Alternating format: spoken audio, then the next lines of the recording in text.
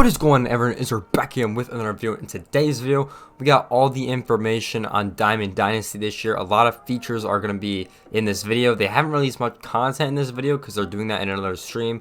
But let's get everything that was released in this. So as they say, it's the single biggest change in Diamond Dynasty. They're talking about the sets and the seasons. So how this is going to work is we saw a couple images about this about a week ago.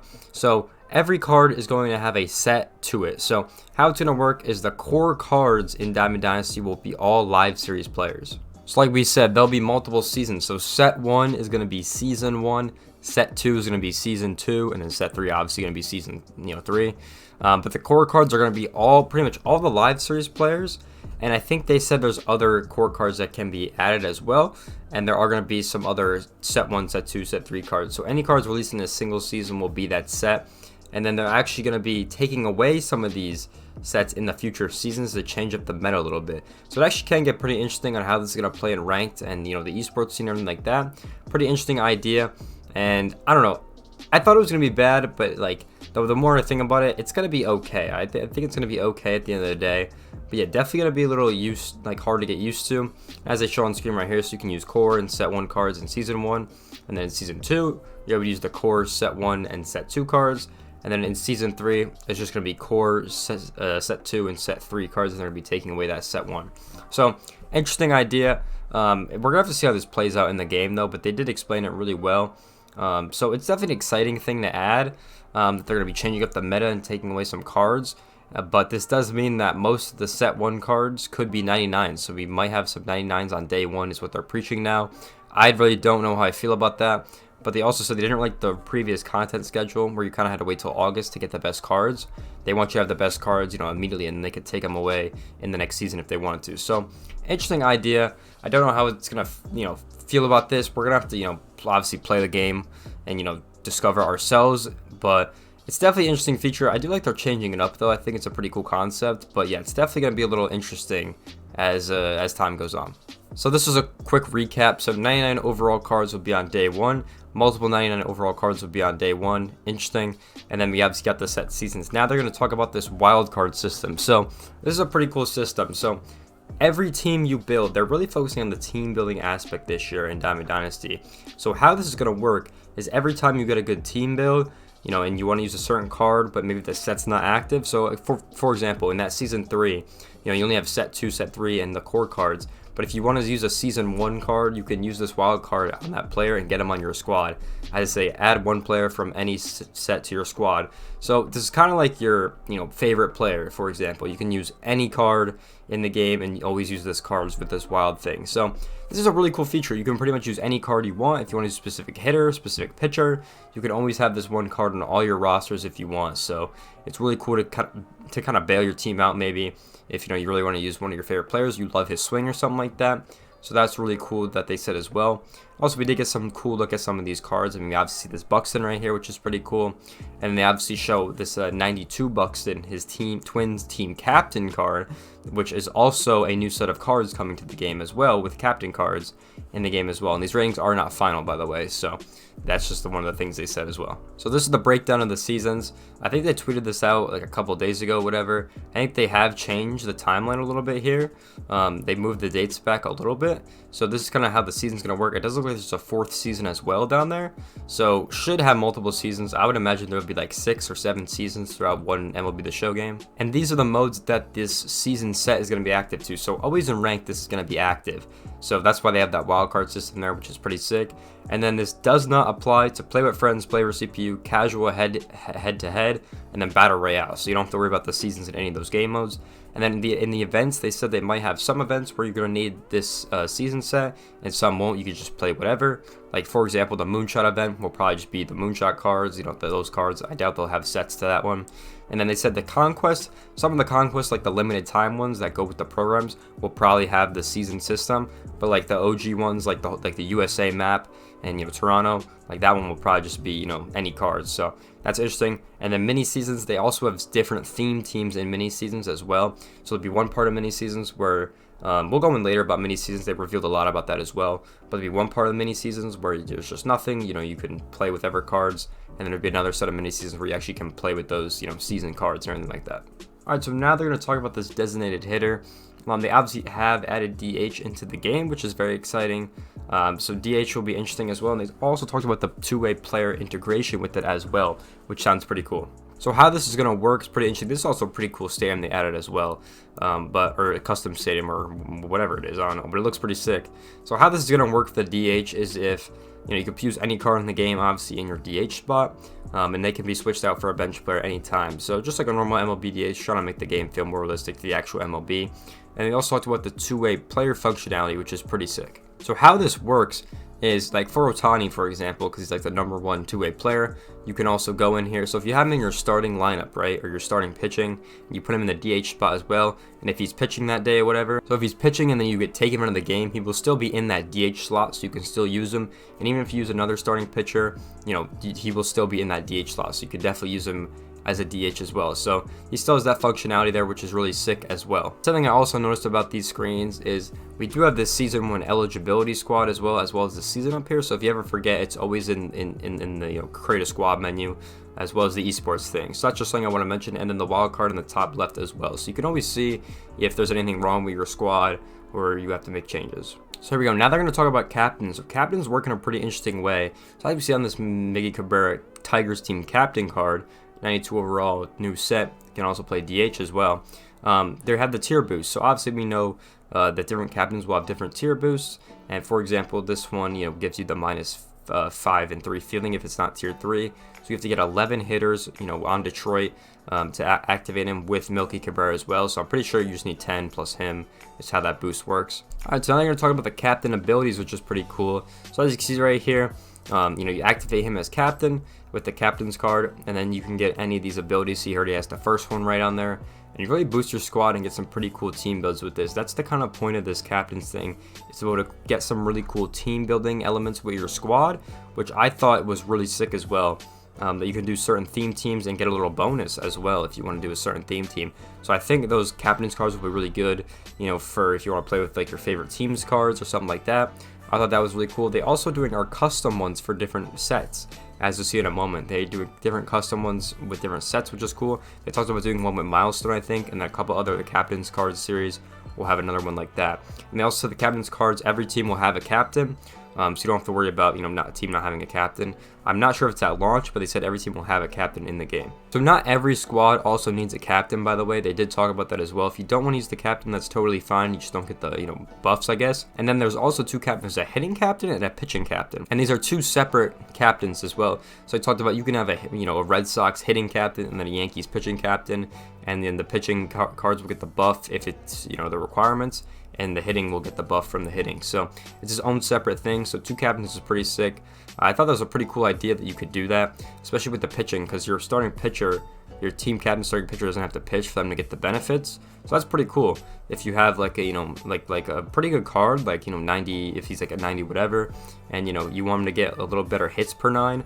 And you have a captain that has a hit per 9, you got to use a certain amount of, whatever the requirement is, that you can do that and not have to worry about those cards, because you got 4 starting spots that you really don't use in Diamond Dynasty. You really just use the main starter and then the relievers. Some people do mix their starters in, but you know what I'm talking about. So it's pretty cool. I'm glad that's a feature, and that seems like, it's going to be well implemented. So this card was said available at launch, this Willie Mays 92 and overall, 1950 and 1960s captain, and pretty much you have to hit with players in that time period. This is what I was talking about. You get the 15 power, the speed, and the fielding. So that's pretty sick as well. And they also talked about substituting your captain out. So pretty much your captain, if he's a hitting captain, you have to play 2/3 of the game for all those attributes to count. If you take him around the game in any of the first 6 innings, the attributes they'll go away. They won't apply. So you were able to take him out in the 7th, 8th, and 9th innings. So you're kind of locked as a hitter if you put him in there. And they also said the same thing about the pitching captain. And for the pitching captain, that doesn't really affect him. You just gotta be on the team and just have the effects or whatever done. So you don't really have to play him if you don't want to. So that's pretty sick as well. And then the main thing is you can see your opponent if they're using a captain card. So for example, you see the captain card being used with the 5+, the 5+, and then the -5. And you can also see which players have the captain bonus to their cards. You see that little arrow right here. Here, we'll go ahead and pause. You see this little arrow on my mouse right here on Austin Meadows. You can see he's got the little captain bonus as well. So that's pretty sick. So the supported captain modes is pretty much everything but Battle Royale, because we kind of throw BR off. So you can use this in any mode if you want to. Alright, so here we go. Now they're going to talk about this mini seasons 2.0, and they've actually changed a lot about it. So it's still in the game, and the single player modes, 28 regular season games, 3 inning games, and you still have to play the CPU. But the UI has been updated a lot, which looks really nice in my opinion. It actually looks really solid. And there's also themed captains games. So you have the classic mode, you can use any card, and then there's also these challenges you can see on the right side. There's a little challenge thing right there for the captains. This is also putting the seasons on. There's different ones for the seasons one. I think the classic, I think, doesn't matter what the seasons or sets or whatever. But you got the challenges still. The UI just looks a lot cleaner in my opinion. I think it just looks overall better. Like, you have your squads, you can go into it, you can still manage your squad, see what the other squad you're playing against has. This UI just looks really phenomenal in my opinion, and I think it's definitely going to be a bonus from one of these teams. And they've also added away stadiums. So if you're playing the Singers, for example, on the road, you're going to be in Seoul playing that game, and they're going to make it really historical, accurate to the country you're in. So you said in Liechtenstein, you'll see a bunch of castles. In different cities, you'll see a bunch of different things, which is really sick as well. And yeah, here's more of that updated UI for the standings, which looks really solid. I like how that standings looks. So they look pretty cool as well. And honestly, Mason's just getting a lot better overall, and you can see some of these custom stadiums that they made in the game. So really cool features overall. I really like that they're putting their own stadiums in the game. More stadiums, the better. And yeah, I just think it's gonna just be a better experience than last year. And I'm glad they're improving on this idea that a lot of people like, because it's really nice going in here, getting a couple challenges done for that program you need to finish, or conquest, or whatever it is. So that's pretty cool as well. So those are the recaps so far. We've talked about a lot, the seasons, and the sets, the wildcard, the captains, the designated hitter, the two-way player, and the mini seasons. But now they're going to talk about ranked co-op a little bit. So how ranked co-op works is you pretty much can play 2v2 or 3v3 with anyone you want, and you can also gain rewards for this ranked path. Now this is separate from the actual ranked seasons that you have the solo route. So they're calling it the solo seasons, and then this will be the co-op seasons or whatever. So there'll be two separate tracks you can go on. You can also play with anyone in any rank. So you can play with any of your friends you want. I could play with any of you guys, what I'm saying? And I could be in, spring training. You guys could be World Series. But you can still play together, which is pretty sick as well. So I don't know how it's going to affect the matchmaking. They said they added a new matchmaking system into the game, but they didn't really talk too in depth about that. So I'm not sure how that's really going to, affect the whole matchmaking.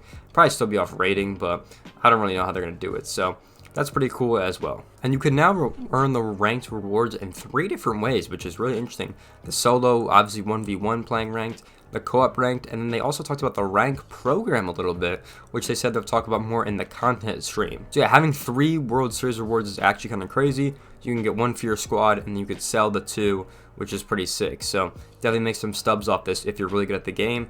And also if you're playing, if you just get in ranked co-op, you can still get it.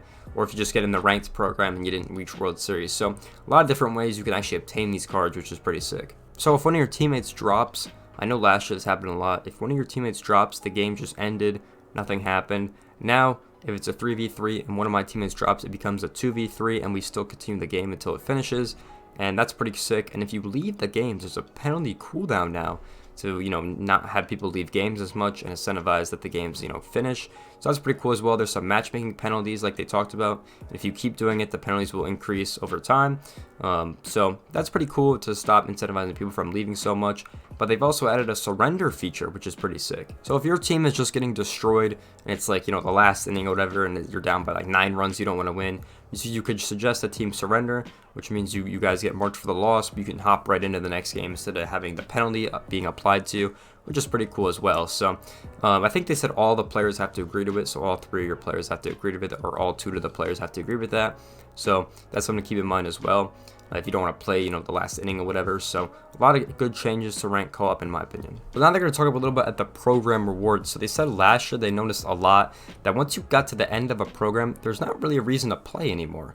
So that was kind of true because you didn't really unlock any rewards, but now you can re-lock these rewards. So as we can see right here, they're at the 500k mark, and then they just need 25,000 to be able to get some of these rewards again. So they have this little circle icon, which is pretty cool. Once you get that 25,000 threshold, it will spin, and it turns into almost a casino game, which is pretty cool. So this is the casino game right here. So on the silver spaces, we have stubs, we have ballin as a habit packs, we have $5, we have 5 show packs, and then we have gold is 5, ballins, 20 packs, and then diamonds 50. And it's pretty much like a slot game. You have to stop it on whichever one you think is gonna land on that you want. So I think they ended up stopping on the silver one, and they got one of the silver rewards. So this is pretty cool. You're like playing like slots in like MLB The Show, or you're at the casino or something, and then the next 25 you get another chance at a spin. So really cool feature in my opinion, which I think a lot of people are gonna like, because you can keep getting rewards, packs, all that good stuff, and keep earning and progressing. So pretty cool feature. I will definitely be trying to get there myself and try to use that slot machine at least one time in the game's life cycle. So pretty good feature. So that was pretty much it for this content stream. Next up, they have Road to the Show, which is pretty exciting, but they did one thing to spoil us at the end here. They turned the screen black. I'm like, all right, stream's done, or whatever, everything like that. And then they revealed this. They reveal all the teams in the National League and the American League, and this is what they have to say at the end, which was pretty exciting. I think a lot of people are going to be happy. Teamfinity is back in MLB The Show 23. Very exciting, because Teamfinity was, we needed Team Affinity back. I mean, we needed that feature back. So there we have it for the Diamond Dynasty, feature premiere. Pretty good overall. A lot of things were added, which sounds really exciting to get into. Team Affinity returns. I can't wait for that. That was the biggest thing lacking with, the programs last year. So the Team Affinity cards were literally in the programs, which were a little interesting. So the more content, the better. I also think they can make better programs without having those cards in there. So that's very exciting. So the content will be crazy this year. I'm so excited to get into this game on the 24th. We're almost a month away. We're literally a month away, which is actually insane. So I can't wait to hop in, have some fun with you guys on that midnight release. So I hope you guys enjoyed this video. Make sure you guys like, comment, subscribe, all that good stuff. Go follow me on my Twitter and this YouTube channel. And I'll see you guys in my next one. Peace out, everyone.